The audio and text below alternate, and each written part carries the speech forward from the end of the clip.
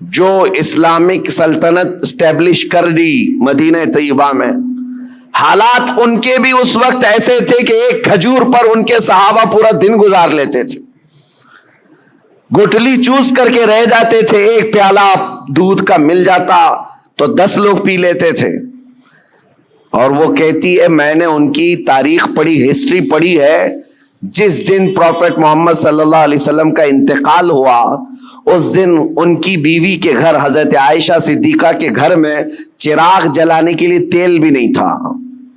جس دن حضور پاک کا انتقال ہوا اس دن چراغ جلانے کا تیل بھی نہیں تھا۔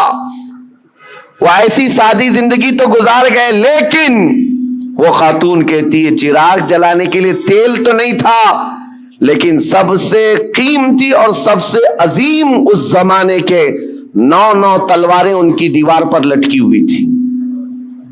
گویا کہ اس محمد صلی اللہ علیہ وسلم نے یہ میسج دیا تھا کہ کھانا ایک وقت کا کھا کر نگل لوگے، دوسرے وقت پھر بھوک لگے گی، دوسرے وقت کا کھا لوگے، تیسری بھوک پھر لگے گی، لیکن تمہارے لیے امت کے ڈیفنس کے لیے جو چیز چاہیے تھی وہ محمد صلی اللہ علیہ وسلم نے وقت کی ضرورت کو محسوس کر کے پہلے سے میسج دیا تھا۔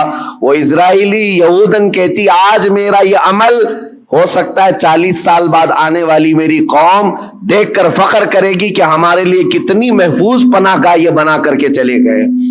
میرے عزیزو، میں تعریف کے لیے نہیں کہہ رہا، بات یہ کہہ رہا ہوں، یہ ہوتی ہے قوموں کی تعمیر۔ آج ہم تو کھچڑوں میں رہے، کھچڑا ناجائز نہیں ہے، کھانا چاہیے، اچھا ہے، گھر میں بناؤ، جب من کرے کھاؤ، لیکن اس کے لیے اپنے لاکھوں روپے کی لاگت محلوں میں اس طرح سے تقسیم کر کے ختم کر دینا۔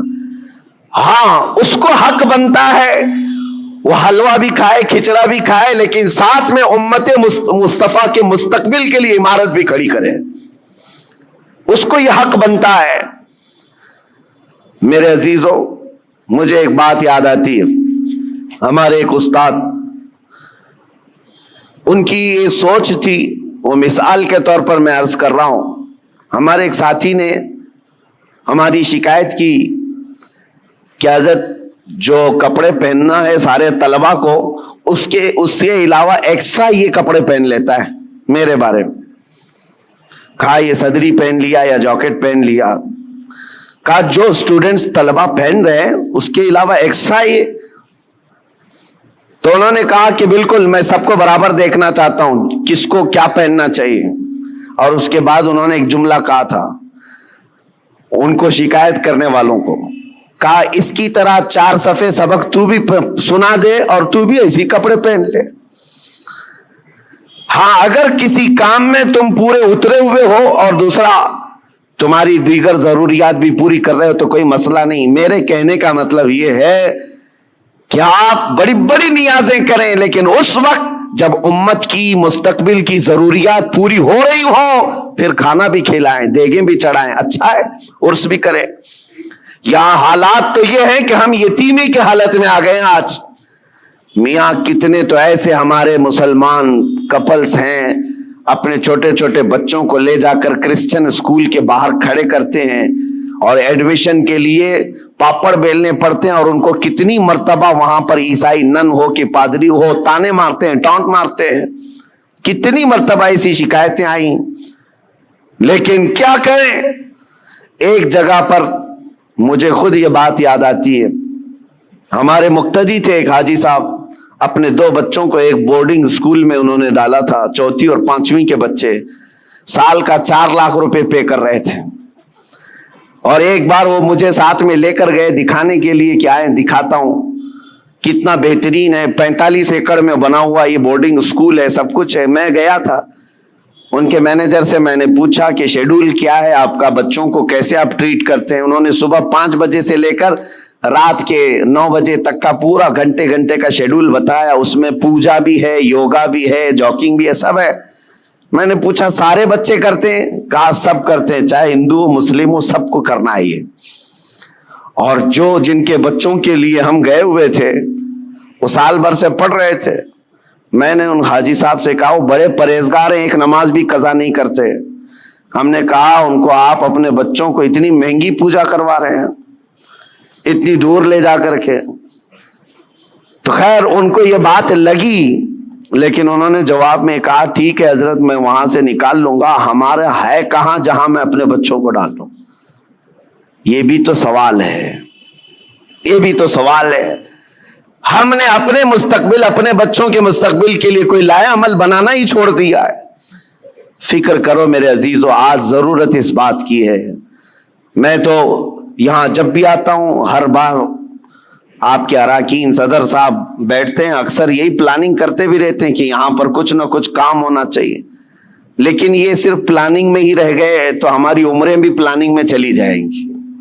کر جاؤ کچھ نہ کچھ، اس لیے کہ ہمارے بچوں کو جو پھل ملنے والے ہیں وہی انقلاب لائیں گے۔ اور الٹریسٹی اتنی بڑی ہوئی ہے، آپ جو دیکھ رہے ہیں نا ماحول کی خرابی، اکثر آ کر جو شکایت کرتے ہیں بچے نشہ خور ہو گئے، ماں باپ کے نافرمان، سب بہت کچھ ہے، لیکن سب کا علاج یہ ہے کہ ان کو علم دین اور علم دنیا سے روشناس کرائیں، اس لیے کہ علم تہذیب لاتا ہے، اخلاق لاتا ہے، اور علم نہ ہو تو جہالت کے پیٹ سے سب برائیاں جنم لیتی ہیں۔ ہر برائی وہ کر جاتا ہے جہالت میں۔ اور آج حالات ایسے ہیں کہ دوسری قومیں ہماری طرف دکھا کر کے یہ تانا مارتی ہیں۔ ابھی کل رات میں جس علاقے میں تھا لکھنؤ کے قریب، اور صبح لکھنؤ سے میں ابھی آ رہا ہوں، گئے پورا علاقہ مسلمانوں سے بھرا ہوا ہے، لیکن ایسا ہے کہ گاؤں میں جانے کے لیے کوئی کار بھی جا نہ سکے، اس طرح سے گڑھے بھرے ہوئے ہیں، اتنے گڑھے۔ اور پڑوس کے قریب میں چھوٹا سا گاؤں ہے نان مسلم، پکی سڑکیں، ساری چیزیں۔ اس پر بات کریں تو لوگ یہ کہتے ہیں یہ تعصب ہے حکومت کا، ان کے ہاں یہ سب ہو جاتا ہے، ہمارے ہاں نہیں ہوتا ہے۔ میرے عزیزو، ہر جگہ ایسا نہیں ہوتا۔ بات صرف یہ ہے کہ تم نے جینے کا سلیقہ خود ہی بنا لیا ہے اپنے دماغ سے کہ ہمیں رہنا ایسی ہے۔ ہمارے محلوں میں، ہمارے گھروں کے سامنے کوڑا کرکٹ کا ڈھیر پڑا رہے، کسی کو فرق نہیں پڑتا۔ ہم نے تو خود ہی مائنڈ بنایا ہوا ہے۔ علم آئے گا تو اخلاق بھی لائے گا، تہذیب بھی لائے گا۔ آپ مدینہ طیبہ جا کر کے دیکھیں، آج بھی الحمدللہ دنیا کا سب سے حسین، ویسے عقیدتاً تو ہے ہی، لیکن ظاہراً بھی جا کر کے دیکھیں تو اس سے پاک و صاف شہر نہیں ملتا۔ یہ نبی پاک صلی اللہ تعالیٰ علیہ وسلم کی وراثت ہے جو ہمیں وہاں آج بھی نظر آتی ہے۔ ارے گلیوں میں چلو تو بھی خوشبو آتی ہے۔ یہ صرف عقیدت اور روحانیت کی بات نہیں کر رہا ہوں، انہوں نے خوشبو آرٹیفیشیل بھی بنا کر کے رکھی ہوئی ہے کہ کوئی گزرے تو اس کو یہاں کہیں مہک نہ آنا چاہیے، کیونکہ مدینے آئے تو بندہ یہ اخلاق لے کر کے جائے کہ میرے نبی پاک صلی اللہ تعالیٰ علیہ وسلم صفائی کے لیے اور کس قدر اپنی امت کو پاک کرنے کی فکر رکھتے تھے۔ آج یہ سب مسائل پر ہمیں انرجی لگانے کی ضرورت ہے، لیکن ہم کن چیزوں پر پڑے ہوئے ہیں؟ ہم تو چھوٹی چھوٹی سی باتوں پر، ارے 2 گھڑے پانی اگر ہم کو نہ ملے تو ہم تو پینچے چڑھا کر کے جھگڑے پر آ گئے ہیں۔ ہم کو اگر چھوٹی سی زمین کا مسئلہ ہو تو ہم 25 سال بھی لڑنے کو تیار ہیں۔ یہ مسائل نہیں ہے۔ اور اسی طرح سے جو سوشل میڈیا پر آج مناظرے کا اڈا بنا ہوا ہے، ایک جماعت اس جماعت پر، اس جماعت کو اس جماعت پر۔ اور ابھی ایک مولانا صاحب نے مجھ سے شکایت کیا، کہا کہ کچھ لوگوں نے ہمارے خلاف ایسا بیان کر دیا کہ اس مسجد میں نہ جائیں، یہ امام صاحب کے پیچھے نماز نہیں ہوگی۔ ہم نے پوچھا کہ کیا ان کو تکلیف کس بات کی ہے؟ کہا وہ ایسا ہے کہ سلسلے کی لڑائی ہیں، وہ دوسرے پیر صاحب کے مرید ہیں، ہم دوسرے پیر صاحب کے مرید ہیں، لیکن اس سلسلے کی لڑائی سے ہم نے پوچھا کیا وہ سنی ہے؟ کہا وہ بھی سنی ہے، آپ سنی ہیں، آپ بھی سنی ہیں، اور دونوں اعلیٰ حضرت کے شہدائی ہیں۔ کہا پھر جھگڑا کس بات کا؟ کہا نہیں، وہاں سب میرے خلاف ان لوگوں نے یہ بات کر دی ہے کہ ان کے پیچھے نماز نہیں ہوگی اس لیے کہ یہ اشرفی ہیں، یہ فلاں ہیں۔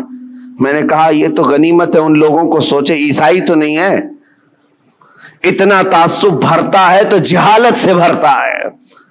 اور کن مسائل پر آج تم لگے ہوئے ہو؟ یہاں تو پوری آگ لگانے کے لیے درندے کود رہے ہیں اور تم اپنے آپس میں گریبان پکڑے ہوئے ہو۔ کیا آپ کو پتا نہیں ہے ہماری پوری جینوسائیڈ کرنے کے پلان بنے ہوئے ہیں، نسل کشی، نسل ختم کرنے کے معاملات چل رہے ہیں۔ ہماری پوری ناگرکتا، ہماری سٹیزن شپ ختم کرنے کی بات، آئندہ چل کر کے ان کو ووٹنگ پاور تک نہ رہے، یہ پلان ہے سب چیزیں۔ وہ سب چیزوں کو چھوڑ کر کے ہم تو کن مسائل میں الجھے ہوئے ہیں. اسی لیے کسی نے کہا, اگرچہ محاورہ ہو, تاریخ سے اس کا تعلق ہے یا نہیں, لیکن یہ بات مجھے لگتی ہے کہ بغداد میں جب ہلاکو حملہ کرنے آیا تھا اور پورے بغداد کی اینٹ سے اینٹ بجا دیا تھا, تباہ کر دیا تھا اس نے, پورے بغداد میں 2 لاکھ سے زیادہ لاشیں بچھائی گئی تھی بغداد شہر میں. لیکن یہ ایک محاورتاً یہ بات کہی جاتی ہے, جس وقت ہلاکو بغداد پر حملہ کرنے آیا ہوا تھا اس وقت 2 جگہ جماعتیں مناظرہ کر رہی تھی مسواک کے بارے میں, 4 انچ کی ہونی چاہیے کہ 3 انچ کی ہونی چاہیے. یہ تاریخ سے اس کا تعلق ہو یا نہ ہو, لطیفے کے طور پر ہی کیوں نہ ہو, لیکن بات میں یہ کہتا ہوں اسی کی مثل آج چیزیں کی جا رہی ہیں. جو اہم مسائل ہیں ان کو چھوڑ کر کے جو چھوٹے مسائل ہیں ان پر ہماری پوری انرجی ختم کی جا رہی ہے.